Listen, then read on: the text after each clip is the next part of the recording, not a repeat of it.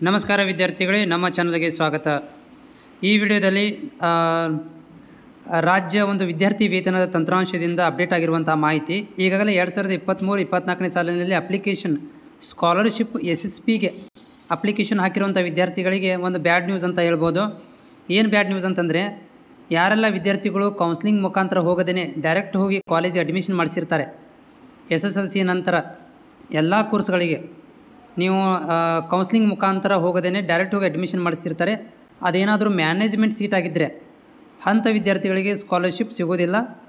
ಈ ಥರದಂಥ ಅಪ್ಡೇಟನ್ನು ಒಂದು ವಿದ್ಯಾರ್ಥಿ ನನಗೆ ಶೇರ್ ಮಾಡಿದ್ರು, ಅದನ್ನು ಕೂಡ ನಿಮ್ಮ ಜೊತೆ ನಾನು ಶೇರ್ ಮಾಡ್ತಾಯಿದ್ದೀನಿ. ನೀವು ಕೂಡ ನಿಮ್ಮ ಸ್ಕಾಲರ್ಶಿಪ್ ಯಾಕೆ ಬಂದಿಲ್ಲ ಅನ್ನೋದನ್ನು ನೀವು ಏನು ಮಾಡಬೇಕಾಗುತ್ತೆ ಅಂದರೆ ಲಾಗಿನ್ ಮಾಡಿ ಚೆಕ್ ಮಾಡ್ಕೋಬೇಕಾಗತ್ತೆ.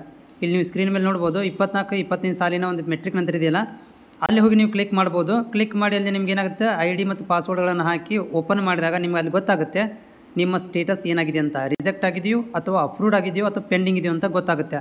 ಸೊ ಉದಾಹರಣೆಗೆ ನಾನು ಇದೊಂದು ವಿದ್ಯಾರ್ಥಿದು ಒಂದು ಸ್ಕ್ರೀನ್ಶಾಟ್ ಇದನ್ನು ತೋರಿಸ್ತೇನೆ.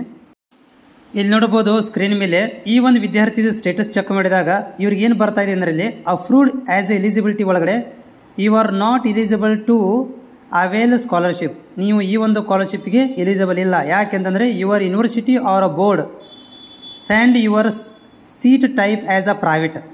ನಿಮ್ಮ ಸೀಟು ಪ್ರೈವೇಟ್ ಇರ್ಬೋದು, ಇನ್ ಪ್ರೈವೇಟ್ ಕಾಲೇಜಸ್ ಅಥವಾ ಮ್ಯಾನೇಜ್ಮೆಂಟ್ ಸೀಟ್ ಇರ್ಬೋದು. So private seat management seat ಆಗಿದ್ದರೆ ಸೊ ಅಂಥ ವಿದ್ಯಾರ್ಥಿಗಳಿಗೆ ನಾವು ಈ ಒಂದು ಸ್ಕಾಲರ್ಶಿಪ್ಪನ್ನು ಕೊಡುವುದಿಲ್ಲ ಅಂತ ಇಲ್ಲಿ ಈ ಒಂದು ಅಪ್ಲಿಕೇಶನ್ ಹಾಕಿರುವಂಥ ವಿದ್ಯಾರ್ಥಿಗಳಿಗೆ ಅಪ್ಲಿಕೇಶನನ್ನು ರಿಜೆಕ್ಟ್ ಮಾಡಿದ್ದಾರೆ. ಸೊ ಈ ಥರ ವಿದ್ಯಾರ್ಥಿಗಳು ಯಾರಾದರೂ ಇದ್ದರೆ ನೀವು ಡೈರೆಕ್ಟ್ ಹೋಗಿ ಅಡ್ಮಿಷನ್ ಮಾಡಿಸಿದರೆ, ಸ್ಪೆಷಲಿ ನಮ್ಮ ಪ್ಯಾರಾಮೆಡಿಕಲು, JNM ನರ್ಸಿಂಗು, BS ನರ್ಸಿಂಗ್ ವಿದ್ಯಾರ್ಥಿಗಳು ಡೈರೆಕ್ಟಾಗಿ ಹೋಗಿ ಕಾಲೇಜ್ಗಳಲ್ಲಿ ಅಡ್ಮಿಷನ್ ಮಾಡಿಸ್ತಾರೆ.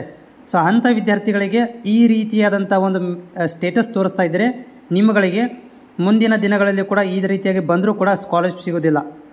ಸೊ ಹೀಗಾಗಿ ಯಾರೆಲ್ಲ ವಿದ್ಯಾರ್ಥಿಗಳಿದ್ದಾರೆ ಪ್ರೈವೇಟ್ ಸೀಟಿಗೆ ಅಪ್ಲೈ ಮಾಡಿದ್ದೀರಿ ಅಥವಾ ಪ್ರೈವೇಟ್ ಸೀಟಲ್ಲಿ ಓದ್ತಾ ಇದ್ದೀರಿ, ಸೊ ಅಂಥ ವಿದ್ಯಾರ್ಥಿಗಳಿಗೆ ಸ್ಕಾಲರ್ಶಿಪ್ ಸಿಗೋದಿಲ್ಲ ಅಂತ ಒಂದು ಇಂಟಿಮೇಟ್ ಅಂತ ಹೇಳ್ಬೋದು.